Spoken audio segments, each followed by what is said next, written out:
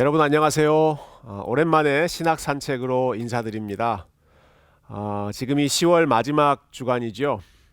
조지아의 날씨도 많이 선선해졌고 이곳저곳에서 아름다운 단풍의 모습도 볼 수 있는, 아마도 조지아에서 가장 아름다운 시즌이 10월 마지막 주간이지 않을까 생각합니다. 10월 마지막 주간은 교회적으로도 굉장히 의미가 있는 시간입니다. 왜냐하면 가장 아름다운 복음을 회복하기 위해서 하나님께서 역사 가운데 사용하셨던 사건, 종교개혁이, 그 종교개혁을 기념하는 날이 10월 31일 10월 마지막 주간이기 때문에 그렇습니다. 500여 년 전 1517년 10월 31일에 종교개혁가였던 마르틴 루터가 본인이 사역하던 위텐베르그 대학교의 교회 정문에 95개조 반박문이라고 하는 문서를 작성해서 붙였습니다. 그것을 종교개혁의 출발을 알리는 상징적인 사건으로 오늘날 교회가 기념하고 있죠.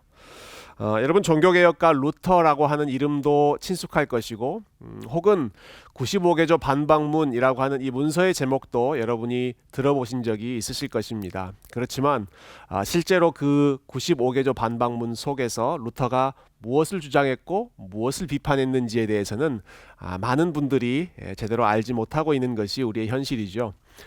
그래서 오늘 신학 산책에서는 95개조 반박문에 대해서 한번 살펴보고, 그 95개조 주장들 중에 특별히 오늘날 우리에게 의미가 있고 중요한 몇 가지 내용들을 함께 발췌해서 한번 읽어보는 시간을 준비했습니다. 먼저 왜 루터가 95개조 반박문을 작성했는지 그 이유와 배경에 대해서 먼저 생각해 보면 좋겠습니다. 우리가 일반적으로 종교개혁이라고 하는 말을 들으면 이렇게 오해하는 경향이 있습니다. 사람들이 신앙생활에 전혀 관심이 없었던 상태에서 그들을 잠자고 있던 그들의 신앙을 다시 일깨우는 그 사건이 종교개혁이었다. 즉, 종교에 대해서, 신앙에 대해서 무관심했던 사람들을 관심 있게 돌렸던 것이 종교개혁이다. 이렇게 이해하는 경향이 있는데요. 사실은 정반대의 상황이었습니다. 종교개혁 이전에, 종교개혁 전야의 중세교회 상황은 신앙에 대한 별로 관심이 없는, 무관심한 그런 상황이 아니라 오히려 관심이 지나친 상황이었습니다. 광적인 열심, 미신적인 신앙이 지배하던 시기가 중세 후기의 유럽의 상황, 교회의 상황이었습니다. 예를 들면 죽은 성인들, 또 성모 마리아를 숭배하고 그들에게 많은 물질을 바치고 많은 기도를 드리는 그 일이 중세 후기에 가장 왕성하게 일어났습니다. 아마도 그것은 당시에 살아있는 성직자들의 영적인 권위가 무너짐으로 인해서 오히려 죽어있는 사람들, 역사 가운데 존경받았던 그러한 사람들을 의지하고자 하는 그러한 마음이 그와 같은 방식으로 표현되었던 것으로 보입니다. 그래서 각 도시마다 유명한 성인들의 유품이나 혹은 그들의 유고를 경쟁적으로 수집해서 안치하는 것을 각 교회 또 각 도시의 최우선적인 과제로 삼았습니다. 여러분, 오늘날은 사람들이 어떤 교회를 많이 찾아갑니까? 대부분 말씀이 좋은 교회, 혹은 교회가 따뜻하고 평안한 교회, 혹은 여러 가지 훈련 프로그램이 잘 준비되어 있는 그러한 교회들을 많은 사람들이 선호하고 찾아가죠. 하지만 중세 후기에 사람들이 많이 찾아갔던, 인기 있었던, 소위 말해서 부흥하는 교회들은 이런 교회들이었습니다. 베드로의 뼈가 남아있는 교회, 사도 야고보의 머리카락이 있는 교회, 혹은 예수님께서 달리셨던 십자가의 조각, 혹은 예수님을 못 박았던 못의 그 작은 흔적을 여전히 가지고 있는 그러한 교회, 그러한 교회들에 사람들이 몰리고 방문하는 사람들이 많았습니다. 왜냐하면 그러한 성인들의 유골이나 혹은 성인들의 유품이 있는 곳에 그것들이 아주 영험한 능력, 신통한 능력이 있어서 그곳에 가서 기도하면 하나님이 더 잘 들어주신다라고 하는 이러한 미신적인 신앙이 만연해 있었던 것이죠. 그런 미신적인 신앙이 교회 안에 있었을까? 안타깝게도 그것이 역사적인 사실이었습니다. 루터가 95개조 반박문을 발표했던 때가 1517년인데요. 그 한 해 1517년에 위텐베르그 지역 안에서만 총 9,000번 이상의 미사가 진행되었다라고 하는 기록이 있습니다. 위텐베르그는 작은 도시입니다. 인구가 몇만 되지 않는 아주 작은 도시인데 한 해 동안 9,000번 이상의 미사가 집전되었다. 그것은 그 당시에 또 그 도시의 분위기가 얼마나 광신적인 분위기였는지, 얼마나 많은 제사, 많은 미사를 통해서 여러 가지 일들을 하려고 했는지 하는 것을 단적으로 보여주는 증거라고 할 수 있겠죠. 이와 같은 미신적인 신앙에 더욱 불을 붙였던 것이 아주 악명 높은 면죄부, indulgence라고 하는 제도였습니다. 죄를 면제해주는 문서, 사실 더 정확하게 우리가 표현한다면 죄로 인해 부과된 벌을 감해주는 혹은 벌을 면제해주는 문서, 그래서 면벌부 이렇게 번역하는 학자들도 있는데요. 그 이전에도 교황청에서 면죄부를 열심히 발행하고 판매했습니다. 그러나 루터 당시에는 로마의 성 베드로 대성당을 건축한다는 아주 큰 프로젝트가 진행되고 있었기 때문에 그 일을 위한 기금을 마련하려는 목적에서 유럽 전역의 면죄부 판매를 아주 대대적으로 시행하고 있었습니다. 특히 이 면죄부를 잘 팔았던 사람이 요한 테첼이라고 하는 수도사, 당시의 신부였습니다. 이 사람은 많은 사람들을 모아놓고 그리고 지옥에 대해서 그 지옥의 아주 고통, 무시무시한 분위기를 생생하게 묘사한 후에 사람들에게 이와 같은 내용, 다음과 같은 내용을 설교했다고 합니다. 여러분은 돌아가신 부모님들의 부르짖는 목소리가 들리지 않습니까? 우리를 불쌍히 여겨다오. 너의 작은 자선이 이곳에서 겪고 있는 나의 고통을 줄일 수 있단다 라고 외치는 그분들의 소리가 들리지 않습니까? 여러분의 동전이 짤랑하고 헌금궤에 떨어지는 바로 그 순간 연옥에 있던 그분들의 영혼이 솟아오를 것입니다. 여러분, 테첼로부터 이러한 면죄부 설교를 들으시면 면죄부를 구입하시겠습니까? 구입하지 않으시겠습니까? 저라면 당장 구입하겠습니다. 성경에 대한 바른 지식이 없을 경우에 이처럼 더 솔깃한, 이처럼 더 흥미로운 그러한 설교가 있었겠습니까? 내가 어느 정도 일정한 액수만 헌금하고 나면 돌아가신 부모님이나 내가 사랑하는 가족들, 고통받고 있는 그들의 고통이 경감되고 그들의 고통이 사라질 수만 있다면, 그들의 죄가 사라질 수만 있다면 돈 몇 푼 정도가 아니라 많은 액수라도 지불해서 그 면죄부를 사려고 앞다투어 나섰겠죠.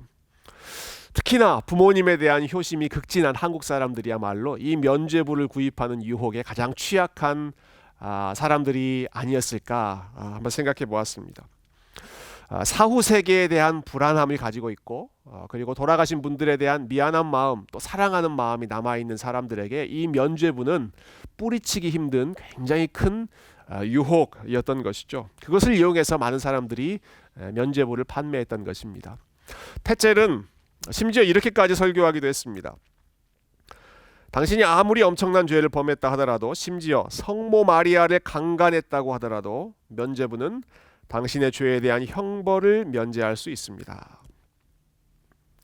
돈 몇 푼으로 면죄부를 구입해서 나의 모든 죄를 용서받을 수 있다라고 한다면 이보다 더 쉽고 더 편한 길이 어디 있겠습니까? 그래서 수많은 사람들이 이러한 메시지에 현혹되어 면죄부를 앞다투어 샀고 그것이 로마 교황청의 막대한 수입원, 인컴이 되었던 것이죠. 루터는 그 전부터도 여러 차례 이 면죄부 관행에 대해서 비판하는 설교를 해왔습니다. 그러나 그 설교가 잘 먹히지 않았습니다. 아무리 사람들에게 이 면죄부가 잘못되었다라고 설교했어도 근처에 테첼과 같은 그러한 부흥사들이 와서 한번 집회를 한다라고 하는 소문이 돌면 루터가 목회했던 많은 성도들도 그곳에 가서 테첼의 설교를 듣고 앞다투어 면죄부를 사가지고 오고 그 면죄부를 루터에게 보여주는 그러한 모습을 루터가 목격하면서 너무너무 마음이 아팠던 것이죠. 그래서 이러한 문제를 공식적으로 비판하고 그리고 이 문제에 대해서 공개적으로 함께 토론해보자라고 하는 의도에서 1517년 10월 31일에 사람들이 가장 많이 모이는 그 대학교회의 정문에 95개조 반박문을 계시했던 것입니다. 물론 이때 발표했던 95개조 반박문은 루터의 신학이 아주 성숙한 상태, 아주 잘 균형 잡힌 그러한 내용을 보여주지는 않습니다.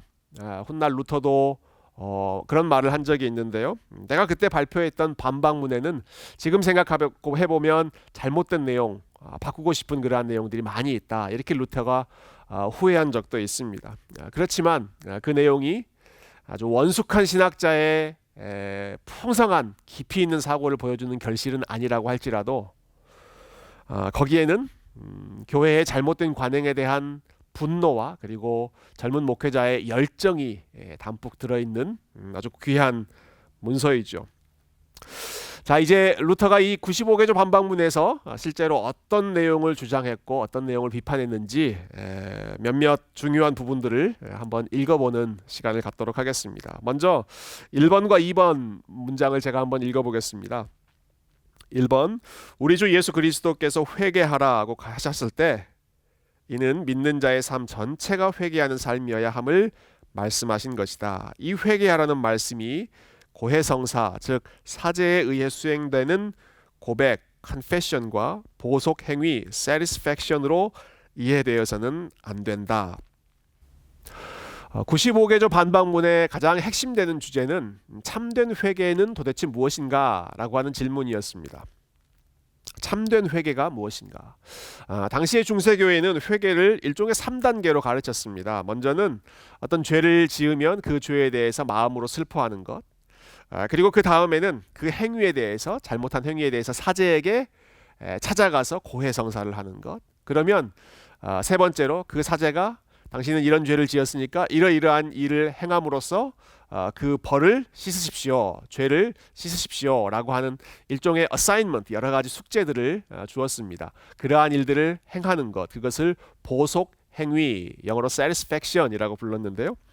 이러한 세 가지를 그 당시에는 회개라고 생각했습니다. 물론 그러한 것들이 중요하죠. 그러나 루터는 회개의 핵심을 고해성사를 하는 것이나 아니면 어떠한 행위를 통해서 자신의 잘못을 씻는 것, 그 정도로 보는 것이 아니라 삶 전체가 하나님께로 돌아가는 것, 이것이 회개의 핵심이라고 보았습니다.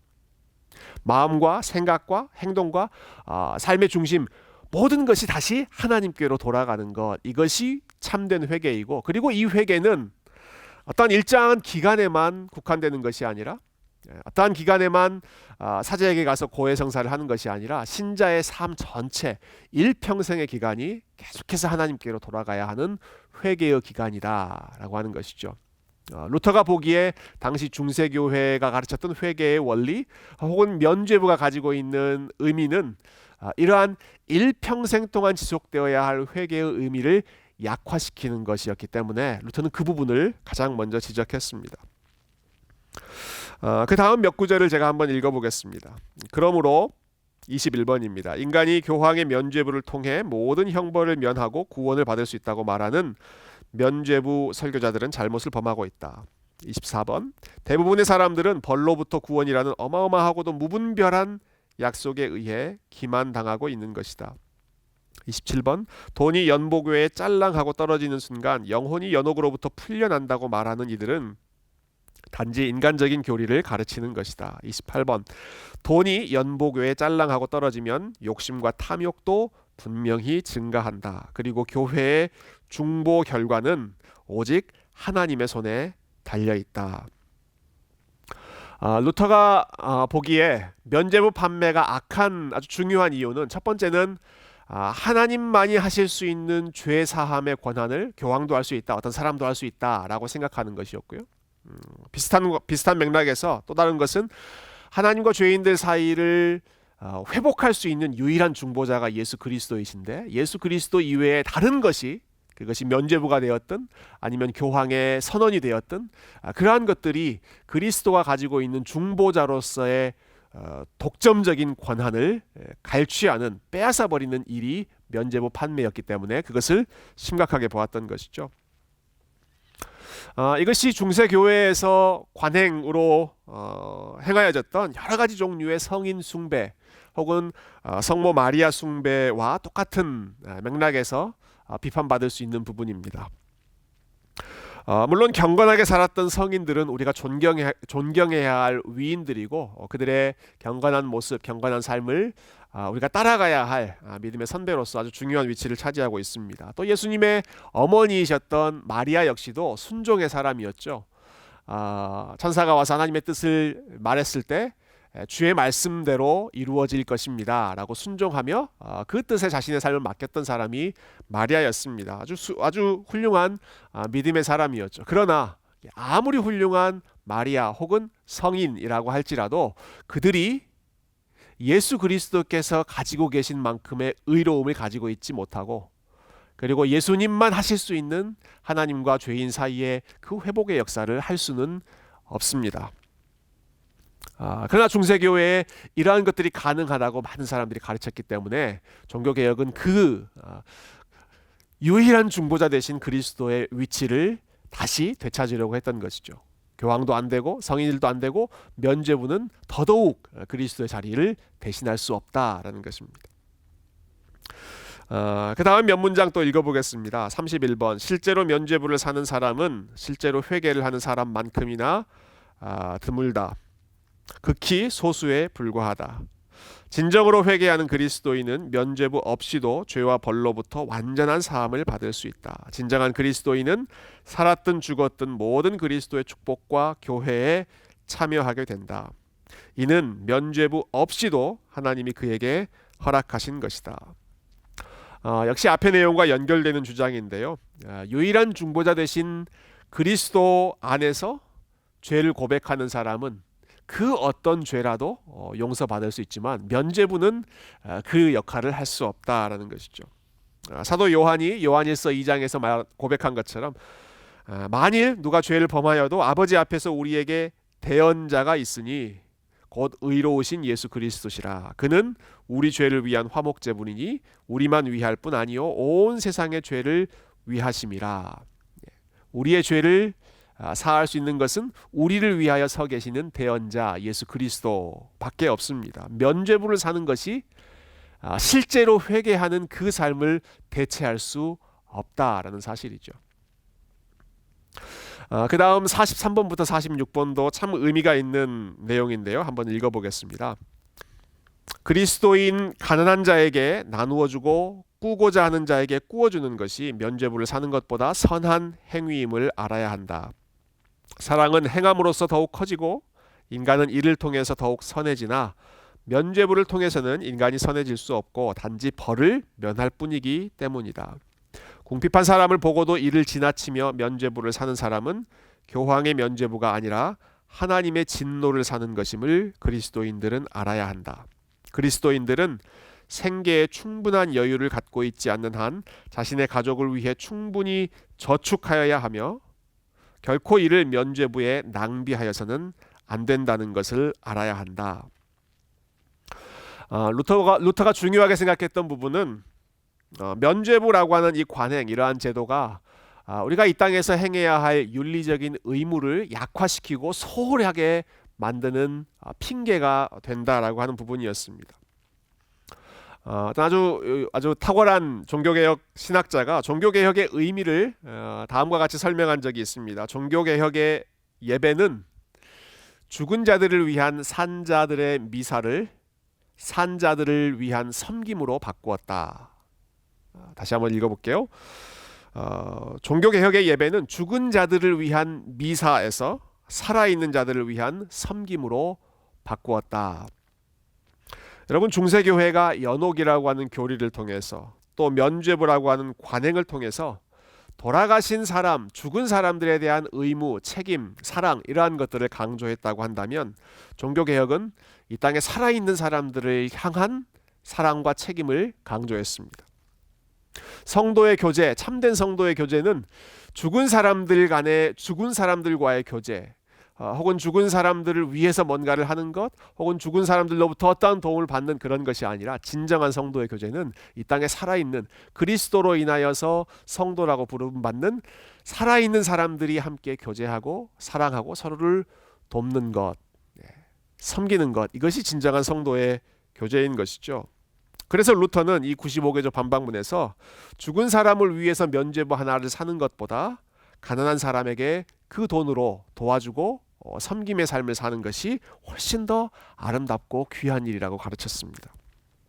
그래서 돈을 아껴서 면죄부를 사는데 낭비하지 말고 그 돈으로 가족들을 부양하고 그 돈으로 이웃들을 섬기는 일을 할 수 있도록 지혜롭게 사용하는 것이 하나님이 가장 기뻐하시는 섬김의 활동, 선행이라고 생각했던 것이죠.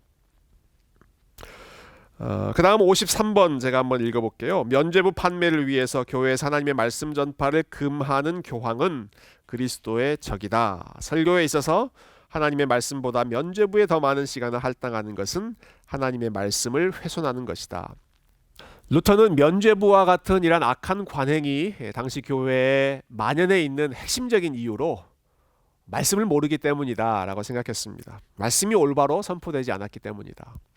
안타깝게도 당시에는 일반 성도들만 말씀을 몰랐던 것이 아니라 심지어는 성직자들조차도 예배를 인도하고 설교를 해야 하는 사람들조차도 말씀을 제대로 알지 못했다고 합니다.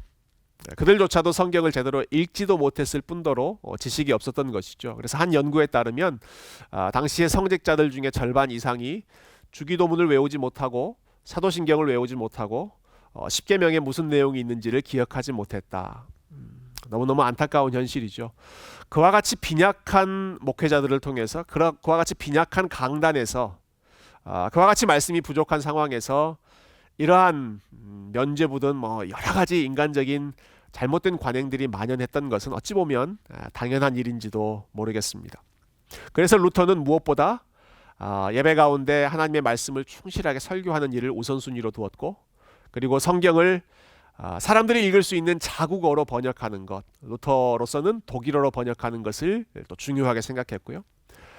또한 교회 안에서 말씀을 신실하게 연구하고 본인이 직접 묵상하고 은혜 받은 말씀을 가르칠 수 있는 그러한 실력 있는 설교자들, 실력 있는 목회자들을 양성하는 일에 평생의 삶을 바쳤습니다. 그것이 교회를 올바로 바로잡는 첫 번째 키가 되기 때문이다. 루터는 그렇게 생각했기 때문이죠.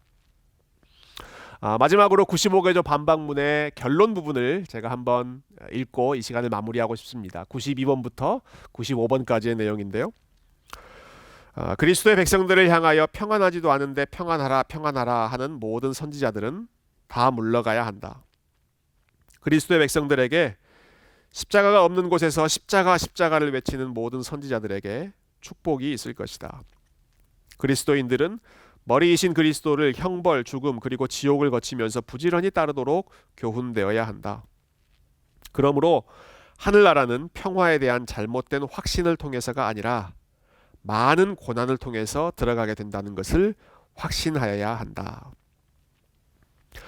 결론을 통해서 알 수 있는 부분은 루터가 95개조 반박문을 통해서 가장 중요하게 생각했던 부분, 그리고 면죄부 판매의 가장 큰 문제로 생각했던 부분은 이 면죄부가 결국은 그리스도인으로 하여금 십자가의 길을 피하게 만든다라고 하는 부분이었습니다. 십자가의 길을 멀리하고 쉬운 길, 좁은 길이 아니라 넓은 길을 가도록 조장하는 것이 이 면죄부였다라고 하는 것이죠.